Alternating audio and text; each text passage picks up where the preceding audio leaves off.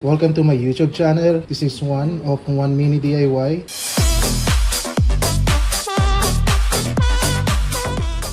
So ang video natin today is the standard case. Yan, standard case yan. Yan yung itsura ng standard case. Yan. So meron siyang rounded dito and then dito.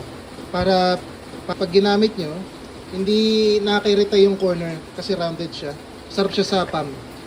And the same time, yung wood na ginamit namin dito ay Nara. Ito yung option na wood variant namin. So ang default na wood na ginagamit namin is the pine wood, yung kulay dilaw. Ito, Nara to, matigas to hardwood to. Ito yung mga ginagamit sa mga furniture like table, chairs. Yan, ito yung gamit nila kasi matibay to. Pati sa mga hagdanan, yan din yung gamit.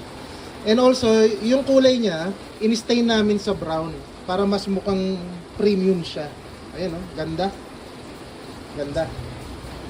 Mas ano siya, tsaka medyo mas mabigat siya kaysa sa dun sa standard wood namin na pine wood.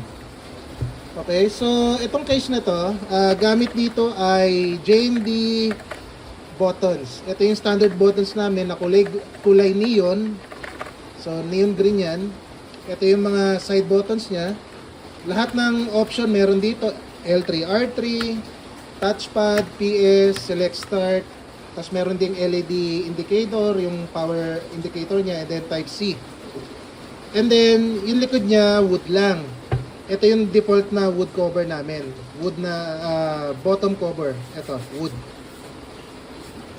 Itong hitbox ni client, gamit niya is JMD Pico Fighting Board with PS5 kit converter. So, pwede siya sa PC, PS4, and PS5. Okay? And then, yung art, si client nagpadala nito. Kung hindi kayo marunong gumawa ng art, meron kaming artist na pwede nyong kontakin and then magpa-commission kayo ng art. Pwede yun. Meron kami. Ang estimate cost nito nasa 10,000 to 11. Kung may mga question kayo, message nyo lang kami sa Facebook page namin. facebook.com/1minidiy.